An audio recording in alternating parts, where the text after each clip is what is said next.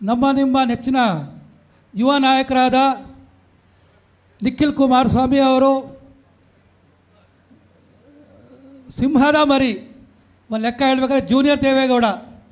ಆದರೆ ಭವಿಷ್ಯದಲ್ಲಿ ನೋಡಬೇಕಾದ್ರೆ, ಯಾಕಂದರೆ ದೊಡ್ಡವ್ರ ಜೊತೆಲಿ ತುಂಬ ಕೆಲಸ ಮಾಡಿದ್ದೀನಿ, ಎಲ್ಲ ಅರ್ಹತೆ ನಮ್ಮ ದೇವೇಗೌಡರಿಗೆ ಯಾವ ಥರ ಇದೆ ನಿಖಿಲ್ ಕುಮಾರಸ್ವಾಮಿಗೆ ಅದೇ ಥರನೇ ಇದೆ. ಅದಕ್ಕೆ ನಾನು ಹೇಳ್ತೀನಿ ಇವ್ರಿಗೆ ಜೂನಿಯರ್ ದೇವೇಗೌಡ ಅಂತ ಹೇಳ್ಬಿಟ್ಟು ಸಿಂಹದ ಮರಿ ಅಂತ ಹೆಸರು ಕೊಡ್ತೀನಿ.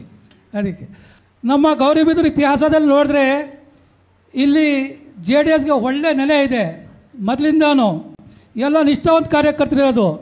ನಾವು ದುಡ್ಡು ಕೊಟ್ಟು ಕರ್ಕೊಬರೋ ಕಾರ್ಯಕರ್ತರಲ್ಲ. ತನ್ನಾಗೆ ತಾನೇ ಡೀಸೆಲ್ ಹಾಕ್ಕೊಂಡು ತಾನೇ ಪೆಟ್ರೋಲ್ ಹಾಕ್ಕೊಂಡು ಕೆಲಸ ಕಾರ್ಯ ಬಿಟ್ಟು ನಮ್ಮ ಪಕ್ಷಕ್ಕೆ ದುಡಿಬೇಕಂತ ಬಂದವರೆಲ್ಲ ನಿಷ್ಠಾವಂತ ಕಾರ್ಯಕರ್ತರು. ಯಾಕಂದರೆ ನೋಡಿದ್ರೆ ಪ್ರತಿಯೊಬ್ಬರೂ ಮೊದಲಿಂದ ಇವತ್ತಿಂದ ಅಲ್ಲ, ತುಂಬ ದಶಕಗಳಿಂದ ಕೆಲಸ ಮಾಡಿರೋ ಹಿರಿಯರು ಕೂಡ ನಮ್ಮ ಮುಂದೆ ಕೂತಿದ್ದಾರೆ. ಯಾವತ್ತವರು ದೇವೇಗೌಡರಿಗೆ ಕುಮಾರಣ್ಣಗೆ ಮರೆಯೋರಲ್ಲ. ಈಗ ನಮ್ಮದು ಗುರಿ ಒಂದೇ, ಪ್ರತಿಯೊಂದು 240 ತಾಲೂಕುಗಳಲ್ಲಿ ಗೌರಿಬಿದನೂರಲ್ಲಿ ಹೆಚ್ಚಾಗಿ ಸದಸ್ಯತ್ವ ಬರಬೇಕಂತ ಹೇಳ್ಬಿಟ್ಟು ತಮ್ಮ ಹತ್ರ ಕಳಕಳಿಯ ಮನವಿ ಕೇಳ್ತೀನಿ. ನಮಗೆಲ್ಲ ಕಾರ್ಯಕರ್ತರಿಗೆ, ಮುಖಂಡರಿಗೆ ಜಾಸ್ತಿ ಬರಬೇಕು ಅಂತ ಹೇಳ್ಬಿಟ್ಟು ಎಲ್ಲ ಲೀಡಿಂಗಲ್ಲಿ ಇರಬೇಕು. ಎಲ್ಲ ಕಡೆಯಿಂದನೂ ನಮ್ಮ ತಾಲೂಕು, ನಮ್ಮ ಚಿಕ್ಕಬಳ್ಳಾಪುರ ಜಿಲ್ಲೆಯಲ್ಲಿ ಜಾಸ್ತಿ ಆಗಬೇಕು ಸದಸ್ಯತ್ವ ಅಂತ ಹೇಳ್ಬಿಟ್ಟು. ಮಾನ್ಯರೇ, ನಮ್ಮ ಗೌರಿಬಿದನೂರು ತಾಲೂಕಲ್ಲಿ 1995ರಿಂದ ಹಿಡ್ಕೊಂಡು ಆ ಟೈಮಲ್ಲಿ ಏನು ಅಭಿವೃದ್ಧಿ ಆಗಿತ್ತು, ಸನ್ಮಾನ್ಯ ದೇವೇಗೌಡರ ಅಪ್ಪಾಜಿ ಅವರು ಮುಖ್ಯಮಂತ್ರಿ ಆಗಿದ್ದರು, ಪ್ರಧಾನಮಂತ್ರಿ ಆಗಿದ್ದರು, ಇಲ್ಲಿ ಶ್ರೀಮತಿ ಎನ್ ಜ್ಯೋತಿ ರೆಡ್ಡಿ ಅವರು MLA ಆಗಿದ್ದರು. ಆ ಸಮಯದಲ್ಲಿ ಏನು ಅಭಿವೃದ್ಧಿ ಆಗಿತ್ತು, ನಂತರ ಇಲ್ಲಿ ಅಭಿವೃದ್ಧಿ ನಮ್ಮ ತಾಲೂಕು ಕಾಣೇ ಇಲ್ಲ. ಮೊನ್ನೆ ಏನೋ ಬದಲಾವಣೆ ತರ್ತೀವಿ ಅಂತ ಹೇಳ್ಬಿಟ್ಟು ಎಲ್ಲ ಶ್ರೀಮಂತರಿಗೆ ತಂದರು, ಏನು ಬದಲಾವಣೆ ಆಗಿಲ್ಲ. ಯಥಾಸ್ಥಿತಿ ಅದೇ ಥರ ರೋಡುಗಳಿದೆ, ಅದೇ ಥರ ಚರಂಡಿಗಳಿದೆ, ಅದೇ ಥರ ಅಭಿವೃದ್ಧಿ ಇದೆ, ಯಾವುದು ಬದಲಾವಣೆ ಬಂದಿಲ್ಲ.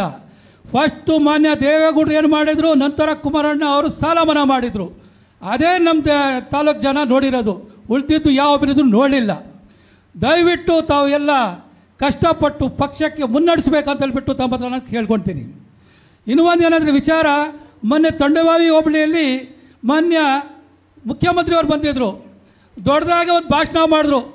ಏನಂತ, ನಾನು ಅಲ್ಲಿ ಪೂರ ಪಟ್ಟಣ ಪಂಚಾಯತಿ ಮಾಡ್ತೀನಿ ಅಂತ, ಪಟ್ಟಣ ಪಂಚಾಯತಿ ಮಾಡ್ತೀನಿ ಅಂತ ಹೇಳಿಬಿಟ್ಟು ಮೊನ್ನೆ ನಂದಿ ಬೆಟ್ಟದಲ್ಲಿ ಸಚಿವ ಸಂಪುಟ ಇತ್ತು, ಅದರಲ್ಲಿ ಅವರು ಇದು ಮಾಡ್ಬೋದಾಗಿತ್ತಲ್ಲ, ಮಾನ್ಯತೆ ಕೊಡ್ಬೋದಾಗಿತ್ತಲ್ಲ. ಸುಮ್ಮನೆ ತಮಗೆ ಅಲ್ಪಸಂಖ್ಯಾತರು ವೋಟ್ ಬ್ಯಾಂಕ್ ಅಂತ ಮಾಡ್ಕೊಂಡಿದ್ದೀರಾ. ತಮಗೆ ಓಟುಗಳು ಬೇಕು, ಅಲ್ಪಸಂಖ್ಯಾತರಿಗೆ ಡೆವಲಪ್ಮೆಂಟ್ ಬೇಕಿಲ್ಲ. ನಾನು ಇದೇ ಪ್ರಸ್ತಾಪ 2019ರಲ್ಲಿ ಕುಮಾರಣ್ಣಗೆ ಮಾಡಿದ್ದೆ. ಕುಮಾರಣ್ಣ ಅವರು 14 ತಿಂಗಳಿಗೆ ಸರ್ಕಾರ ಹೋಯಿತು, ಇಲ್ದಿದ್ರೆ ಅಲ್ಲಿಪುರ ಪಟ್ಟಣ ಪಂಚಾಯತಿ ಆಗೋಗ್ತಿತ್ತು. ಅದು ಮಾಡೋಕ್ಕೆ ಆಗಿಲ್ಲ.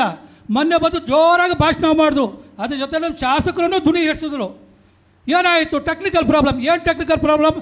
ಅಲ್ಲಿಪುರ ಒಳ್ಳೆ ಪಟ್ಟಣ ಥರ ಇದೆ, ಅಲ್ಲಿ ಬೇರೆ ಏನೋ ಅವ್ರು ಮಾಡೋಂಗೇ ಇಲ್ಲ, ಎಲ್ಲ ಥರ ಸೌಕರ್ಯ ಇದೆ. ಜನಸಂಖ್ಯೆ ಇದರಲ್ಲಾಗಲಿ, ರಸ್ತೆಗಳಲ್ಲಾಗಲಿ, ಚರಂಡಿಗಳಲ್ಲಾಗಲಿ, ಅಭಿವೃದ್ಧಿಯಲ್ಲಾಗಲಿ ಸುಮ್ಮನೆ ಅವರು ಮನವಿ ನಮ್ಮದು ಸ್ವೀಕರಿಸಿ ಘೋಷಿಸಬೇಕಾಗಿತ್ತು ಅಷ್ಟೇ ವಿನಃ ಬೇರೆ ಯಾವ ಥರದ ಸೌಕರ್ಯ ಕೊಡೋದು ಬೇಕಿರಲಿಲ್ಲ.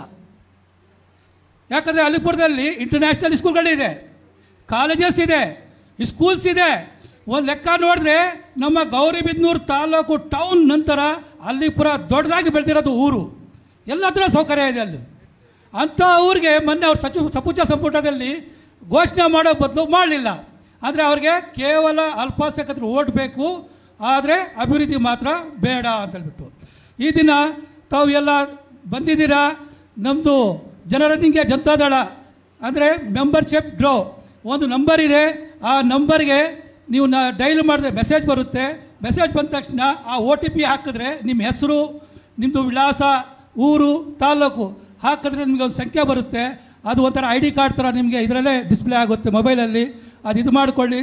ದಯವಿಟ್ಟು ಎಲ್ಲರೂ ನಮ್ಮ ತಾಲೂಕಿನ ಎಲ್ಲ ಕಾರ್ಯಕರ್ತರು, ಮುಖಂಡರು ಅದಕ್ಕೆ ಸಹಕರಿಸಬೇಕು. ಇದರಲ್ಲಿ ಯಾರು ಬಂದಿಲ್ಲ ಅವ್ರವ್ರ ಪಂಚಾಯತಿಗಳಲ್ಲಿ, ಅವ್ರ ಊರುಗಳಲ್ಲಿ ತಾವು ದಯವಿಟ್ಟು ಇದು ತಿಳಿಸ್ಬೇಕಂತ ಹೇಳ್ಬಿಟ್ಟು ನಮ್ಮ ಹತ್ರ ವಿನಂತಿ ಮಾಡ್ತೀನಿ. ಜೈ ಹಿಂದ್, ಜೈ ಕರ್ನಾಟಕ, ಜೈ ದೇವೇಗೌಡ, ಜೈ ಕುಮಾರಸ್ವಾಮಿ, ಜೈ ನಿಖಿಲ್ ಕುಮಾರಸ್ವಾಮಿ.